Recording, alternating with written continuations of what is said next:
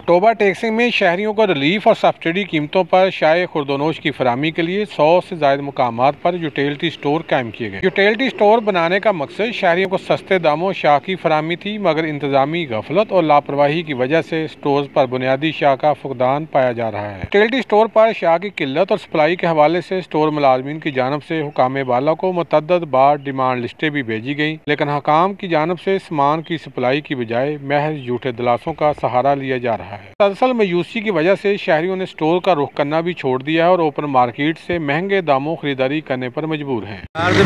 चीनी लैने 100 रुपये असीं लैने हैगे आ ते आटा जिहड़ा मसियां दा 885 रुपये मसियां दा 860 रुपये लाउंदे ने ते इत्थे ते मसियां दा इन्हां दा म्यार दा पता नहीं, मसियां दा भी किस तरह दा आटा किस तरह नहीं मस आंदा ही हैगा, जद आंदा ही नहीं है तो मसियां दा भी पता की लगना उत्थे जिस वेले आओ फिर जिस वेले जरूरत पैंदी है तो बाजार ही लेना मन।